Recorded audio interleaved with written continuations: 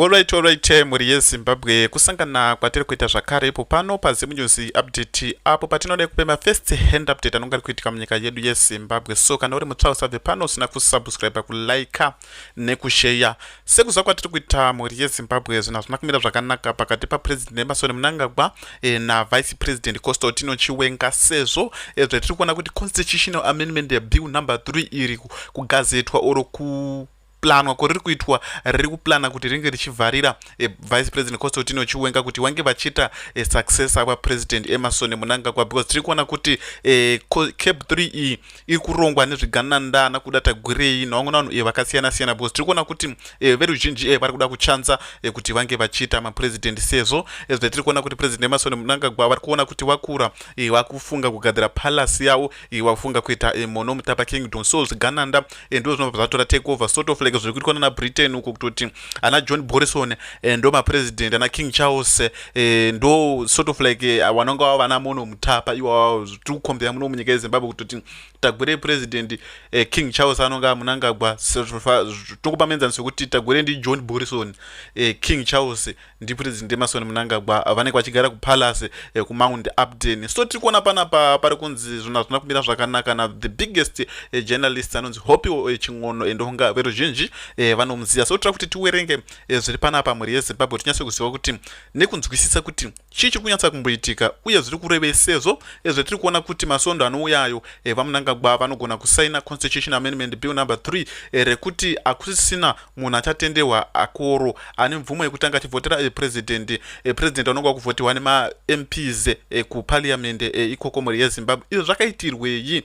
Izvo zvakaitiwa kuti ana kuda tagwirei vane mari. Tiri kuona kuti weruzhinji wagara vasikadi zvigananda muri yeZimbabwe. So zvigananda ndo zvokuronga skiri iri, because 350 vanhu vanonga vari kuparliament 250 maMPs nemasenators vanokwanisa kuconvinswa zvema 2 minutes kupiwa mari nechichi chimwe then wotovhotera munhu. It's easy, haungakwanisi kuconvinsa nyika yese, but maMPs because muna muri toonana muchitotaurana navanhu 300 makatogara muparliament mese mutoti asha tira kudai nekudai zvitori kwenyu ikoko chichi chimwe then, but vanhu vese hazvikwanisiki because kune munhu ari kugara kwachigodora, kune munhu ari kugara kumapinga, kune munhu ari kugara kudotitu, kune munhu ari kugara kupi kozoti matowns, kune munhu ari kugara kwachiwi watowati chichi chimwe. So hazviite muri yeZimbabwe.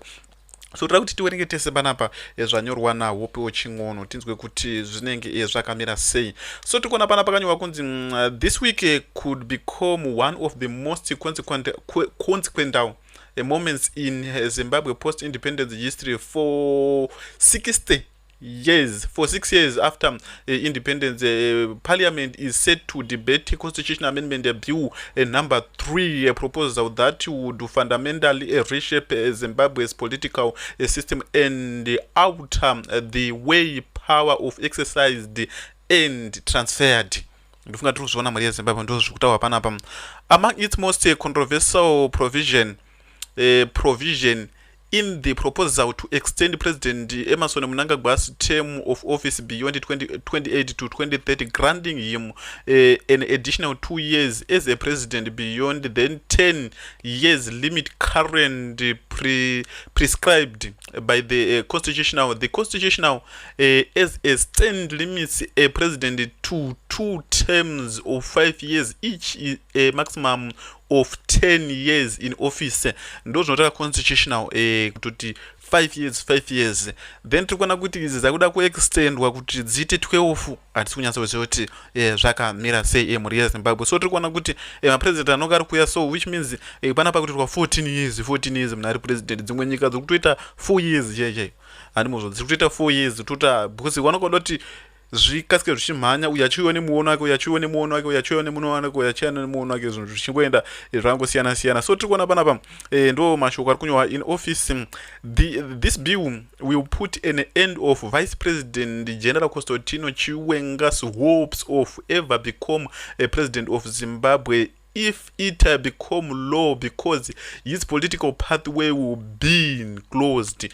Tikuona panapa kuti constitutional amendment bill number 3 rakadarika ndo zviri kutogadzirwa, ndo zvarakatogadzirwa nana Ziyambe nana Anthony Virginia Mabhiza kutoti no rakangopasisa chete vice president kuti wazoite president wenyika yeZimbabwe zvinotora kurema chaicho kwa muri yeZimbabwe, zvinhu zvinomira zvakanaka. So tiri kuona panapa ndo zviri kuitika. Tira kuti tiwerenge tese tichinyatsa kuona kuti chii chiri kuitika. So tiri kuona pana pakanyorwa kunzi the bill also seeks to increase the presidential term from 5 years to 7 years, even the more sufficiently. It proposed replacing the direct election of the president by the people with a indirect system in which the president would be elected by the parliament if enacted.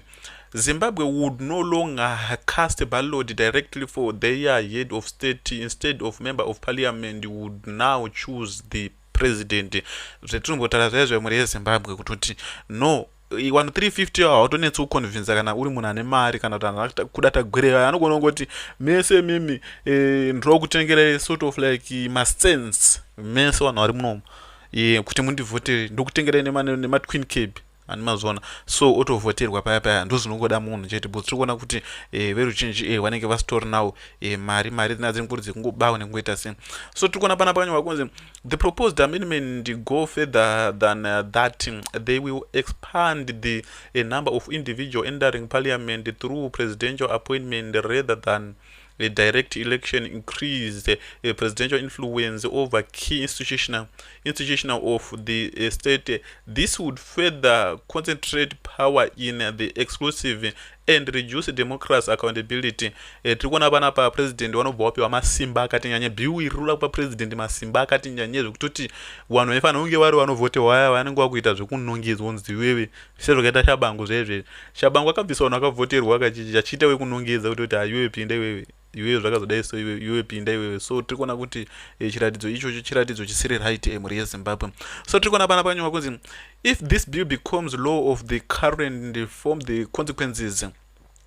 If this bill becomes law, its current from the consequences could extend far beyond the President Mnangagwa himself, with the ruling party ZANU-PF party holding a dominant parliamentary majority and the opposition fragment, and weakened the likelihood of meaningful resistance inside parliament appeals limited and academic, short of a miracle.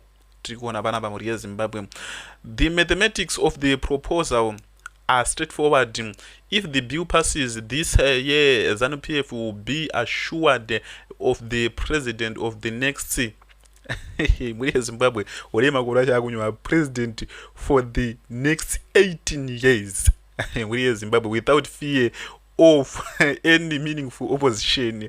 Vale vakaipa vari kugadzira chingango chaiche chekutoti hapana one party state yakutogadzirwa apa one party state because opposition because chatinotanga kuudzeka kutoti waMnangagwa vanenge vari about 2 years 3 years ahead.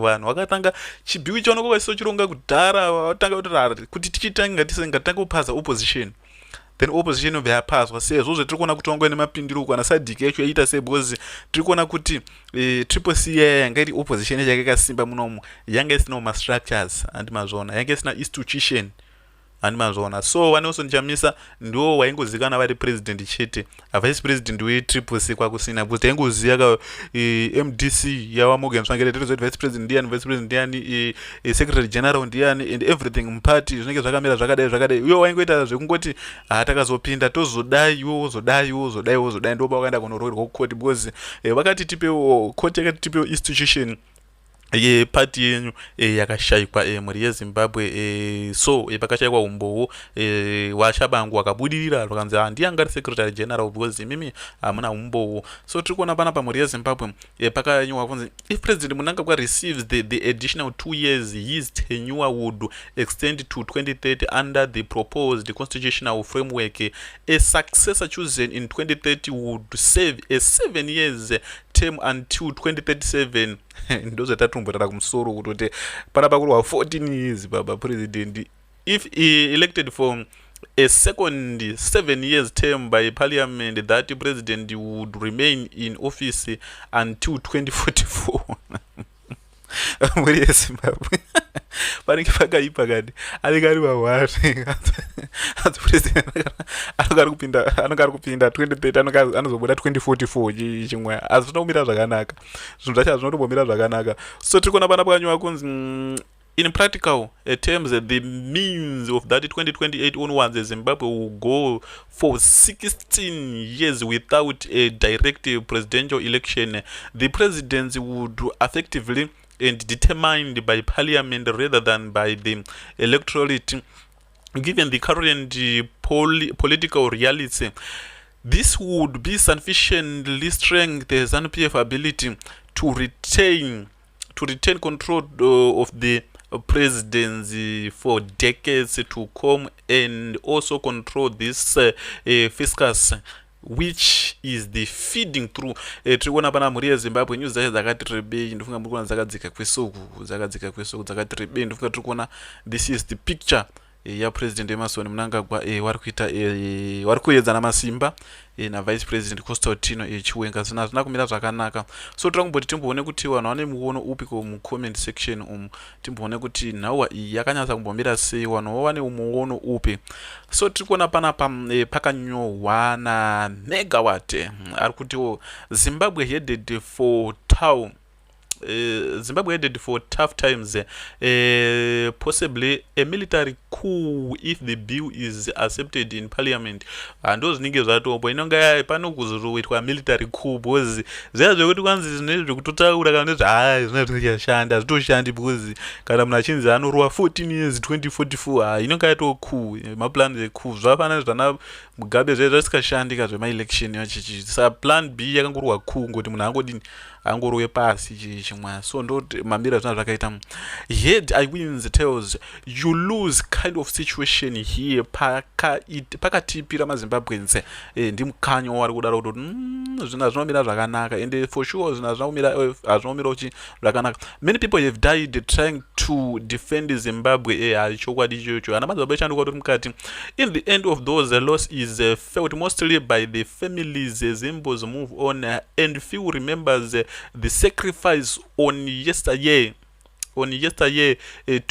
two days after so much suffering and pain. There seems to be no one left willing to pay the ultimate price of stand up to ZANU. Tiri kuona panapa muri yeZimbabwe ndo mashoko ari kutaura vazhinji havasi kufara nezviri kuitwa izvozvo, but tiri kuona kuti zvigananda ndo zviri kupushira nhauwa idzodzo kuti dzinge dzichienderera mberi. So tiri kuona panapa pakanyorwa kunzi the president would be voted by the parliament, which also will have individuals he will appoint that an infinity loops for power retention. Zvina zvinomira zvakanaka muri yeZimbabwe. Ndofunga tiri kuona tingoverenga miono yevanhu vari kutaura for Mr. Chiwenga is his future on the line. Ameno ikoko tiri kuona panapa they are selfish, so will only care for themselves. Ndo zvitoripo vatori selfish munhu yese asi, especially kana munhu yese muno munyika yeZimbabwe ndo diri inonga ritoripo. Thank you. Tiri kuona panapa for the update. Pasine dambudziko, pasine mbavha dzese dzaanoba nadzo, they will fail dismally. Tiri kuona muri yeZimbabwe ndo miono ine vanhu iyi. Tinomboti timboende kumuchato umwe uri panapa tione kuti zvakamira sei, muone kuti muchato iwo wakamira sei. Tichiona kuti tinonga tiri kuzvifambisa sei nhauwa idzodzo. Vanhu vari kumajera vari kupiwa groceries avo, ndo zvetiri kuona panapa. Zita rapebla wayo women network donated sanitary wear by madiapers for women what alright ndakungoti magroceries ikidzaiti fambe nayo ndima yacho tione kuti zvakamira sei, tikuratidze kuti zvakamira sei. Ndofunga tiri kuona uyu muchato amwe musoja here kana kuti vanhu vemagovernment zvikananda.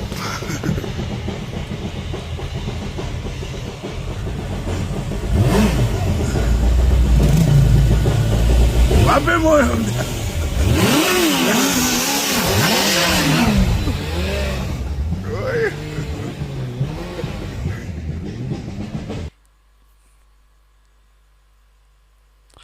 chiko chaitika.